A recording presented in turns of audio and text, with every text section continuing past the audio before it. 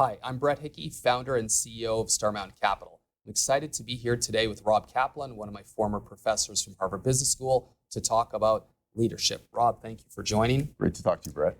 Today, we'd like to talk about and explore the experience you've had over multiple decades leading and running multiple types of businesses, both at Goldman Sachs as well as with the Dallas Federal Reserve, and as a published author that's done a lot of research around leadership. Let's bring that into the growth engine of the U.S. economy with small businesses. What are some words of advice that you can share with business owners that are out there that are running their businesses, trying their hardest to support their employees, support the economy?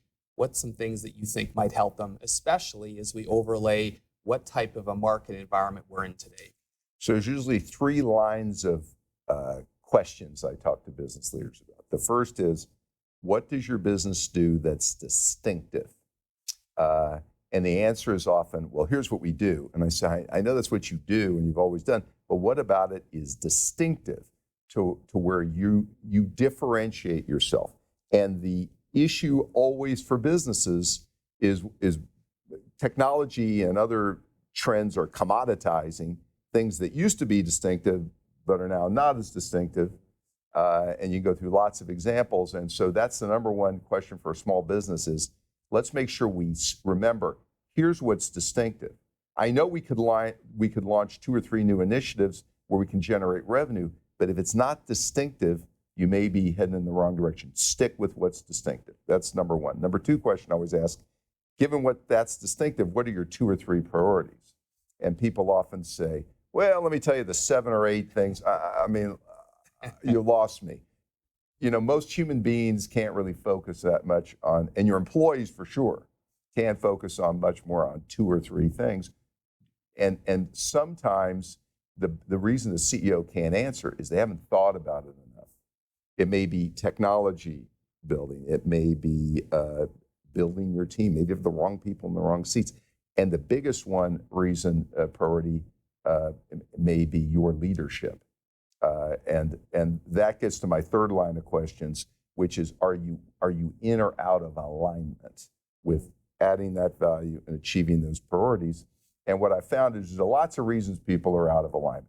I don't quite have the right people, but I love these people. They've been with me. The wrong people, wrong seats. You over leverage is a reason you're out of alignment. Financial resources. But a big reason, which is the thorniest, is you. Look in the mirror. You're the reason the business is out of alignment. Why? I'm not a coach. I can't confront people. I'm too confrontational. I feel like an idiot if I'm asking questions, but you have to learn you've got to ask questions. I don't empower my people. I don't understand why my people don't feel the same about this business as I do. Well, are you sharing information with them? Are you empowering them? Are you giving them room to run? Coaching people on leadership style. How do you run the business? What are your weird eccentricities? Do you get coaching from your subordinates? Is often a reason today that CEOs are doing everything else right, but they got the dull headache and they don't know why. It may be their leadership style.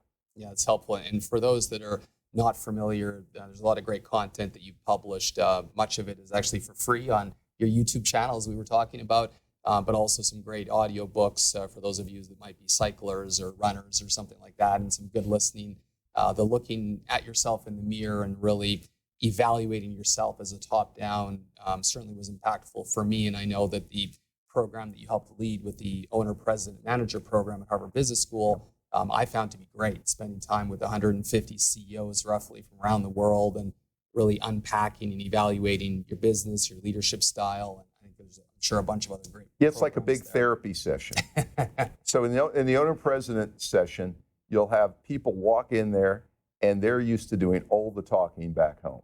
So they get in the classroom and they don't even raise their hand. They're doing all the talking. They never ask a question. They're domineering forces. And what their classmates do is politely tell them to zip it.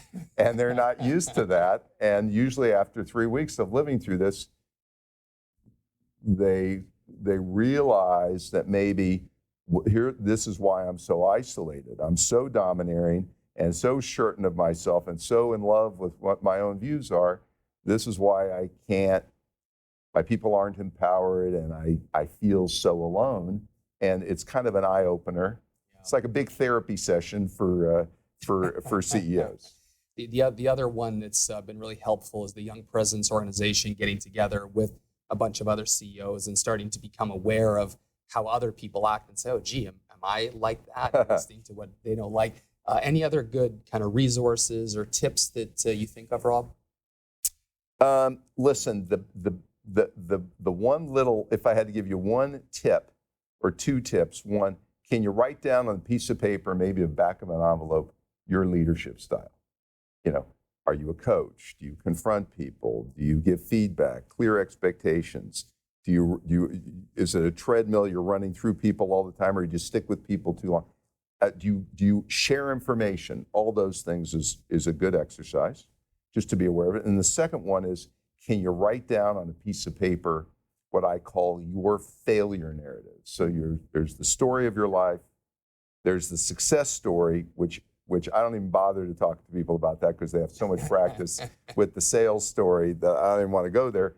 But the third one is the story you secretly tell yourself under pressure, which I call the failure narrative, which is based on your life story, traumas in your life, maybe a relationship with your mom and dad. You maybe were fired, and I'm no good. I'm really stupid. People are going to find me out.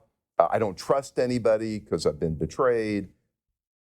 Are you aware of that narrative that's going through your head? And for some leaders, just stopping and being able to write it down and then find one or two people you trust who you can process it can help you improve your leadership style.